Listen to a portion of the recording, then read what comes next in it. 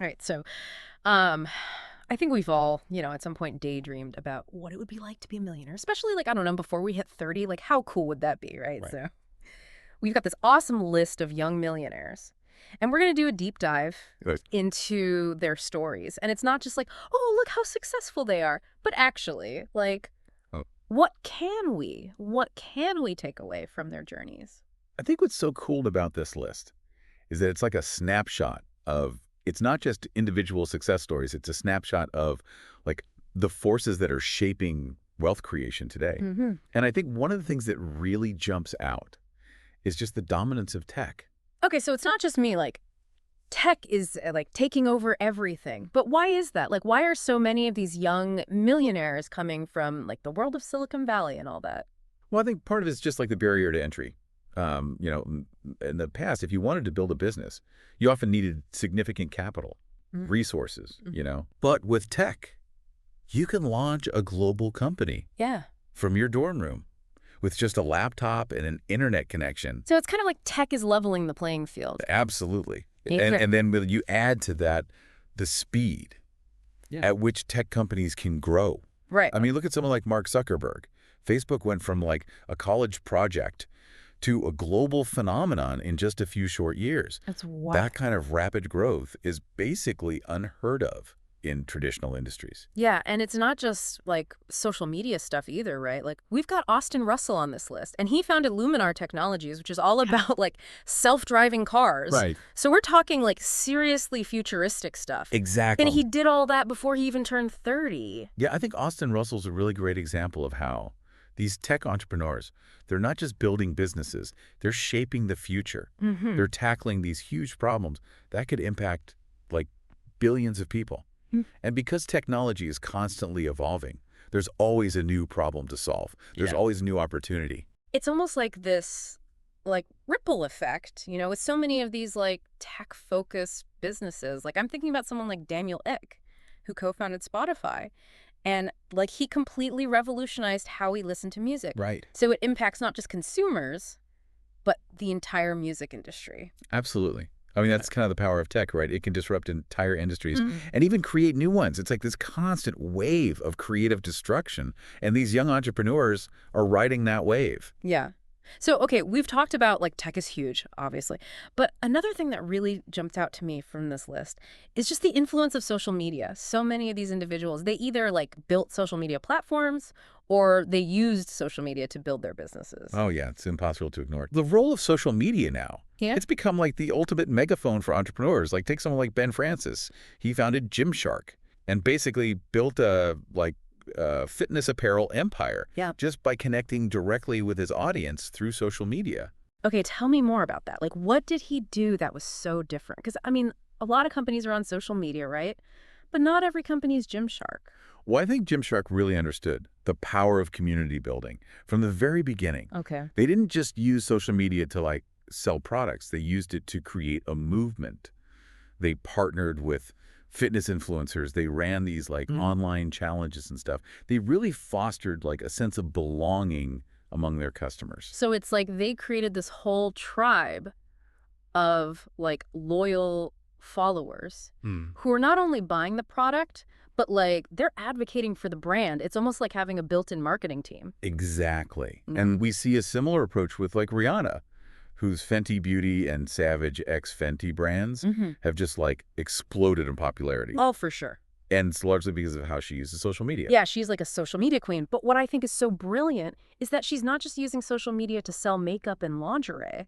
She's Yeah. using it to promote like inclusivity and diversity, which really resonates with her audience. Yeah, it's a great example of how Mhm. social media can be used to like amplify values Mhm. and create a brand that stands for something more than just profit, Mhm. you know? Totally. Yeah. Yeah, it's like she saw this gap in the market and she was like, I'm going to fill that. And she used social media to like create a movement, Mm, which I guess like that's something that a lot of these entrepreneurs kind of Yeah. have in common, right? Yeah. They're not just chasing trends, they're like creating them. exactly.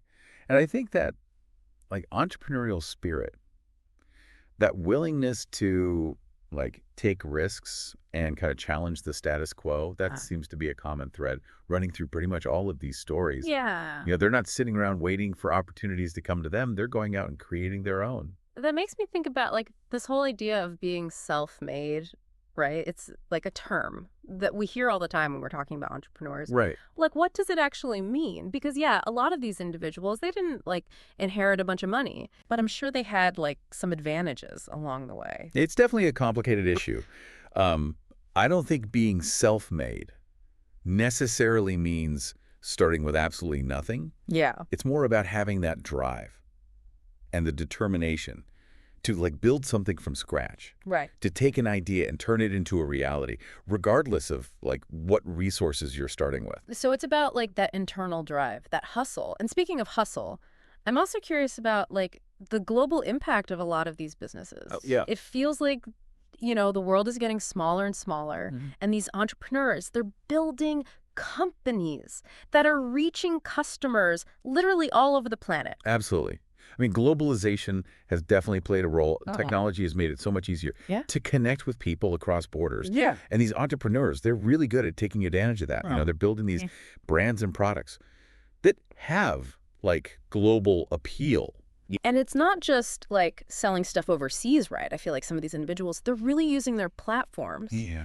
to like tackle global issues. Like take Whitney Wolfhard, for example. Ah. She's the founder of Bumble.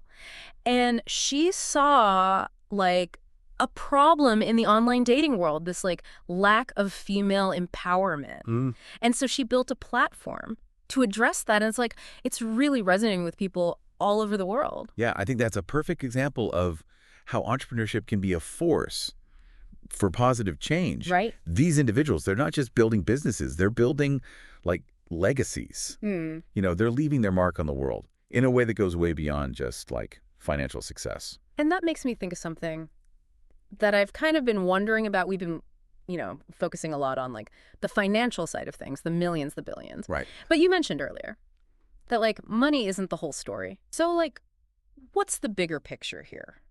What are these young millionaires teaching us about success that goes beyond like the dollar signs? I think it's really about impact. Yeah. It's about using your skills and your resources to like make a difference, to solve problems, to create something meaningful. It's about leaving the world a little bit better than you found it. Okay, but how do you measure that impact though?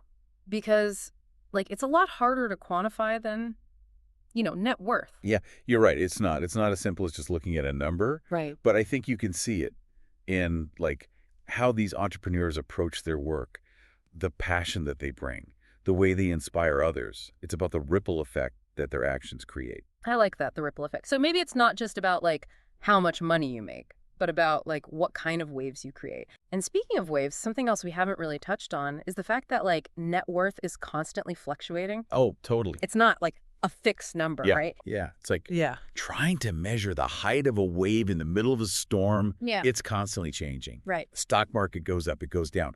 Companies get valued, they get devalued. So this list of like young millionaires is Yeah. really just a snapshot in time. It's not the whole story. Exactly. And that's why I think it's so important to focus on like the underlying principles, Yeah. the strategies, the mindsets that have allowed these individuals to achieve success.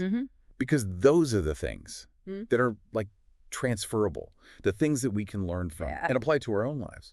So instead of getting like caught up in the numbers, we should be asking ourselves, what can we learn from these individuals? What are they doing that we can maybe adapt to our own goals and aspirations? Exactly. It's not about like copying their exact path. Right. It's about extracting the lessons and applying them to your own unique circumstances. Okay, so let's get into some of those lessons because we've like covered a lot of ground here, tech, social media, this whole like self-made myth.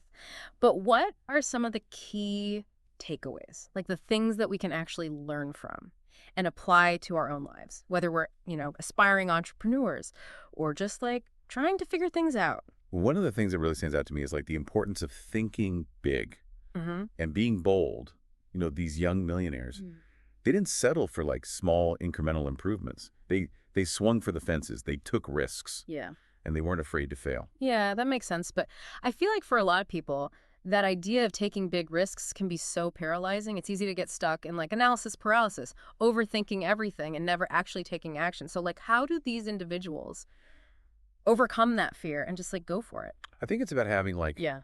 a really clear vision Mm. and a strong belief Mm. in yourself and your idea. It's about like focusing on the potential rewards, not just the risks. And it's also about being willing to like learn and adapt along the way. Mm. Because no matter how well you plan, there are always going to be unexpected challenges. So it's not just about being like reckless, it's about being like strategic and adaptable. And speaking of strategy, one thing that really impressed me was how many of these young millionaires were able to like identify and capitalize on emerging trends. Right. It's like they had this like uncanny ability Yeah. to see where things were headed and position themselves accordingly. Yeah. They really have their finger on the pulse of like Yes. culture, technology, the Mhm. market. They're constantly observing, Yeah. learning, experimenting, Kind. and they're not afraid to like pivot or change course if something's not working. That's a really good point. So it's not just about having a great idea. It's about being able to execute that idea in a way that like resonates with the market Yeah. and adapts to like changing conditions. Exactly. And that often involves like surrounding yourself with the right people, building a strong team that shares your vision and can kind of help you navigate the inevitable ups and downs of entrepreneurship.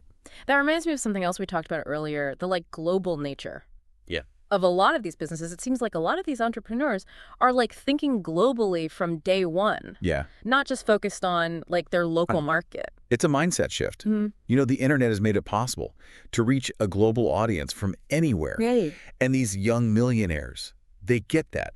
Yeah. They're building products and services that transcend borders and appeal to like a diverse customer base. It's amazing. It really feels like the opportunities are limitless for anyone who's willing to like embrace that global perspective. Absolutely. Yeah. And I think that's ultimately what's so inspiring about these stories. They remind us that success is possible at any age, Wow. from anywhere in the world, if you have the vision, Yeah. the drive, and the willingness to put in the work. So as we wrap up this deep dive, what's the one thing that you hope our listeners take away from this conversation? Like, what's the nugget of wisdom that they can carry with them? I think it's just don't underestimate yourself. Yeah. You know, don't let age or location or lack of resources hold you back. If you have a passion, an idea, a dream, pursue it with everything you've got. The world is full of possibilities, and you have the power to create something amazing. Well said. And to our listeners, we encourage you to keep exploring, keep learning, and keep pushing the boundaries of what you think is possible. The next generation of young millionaires is out there. Maybe it's you.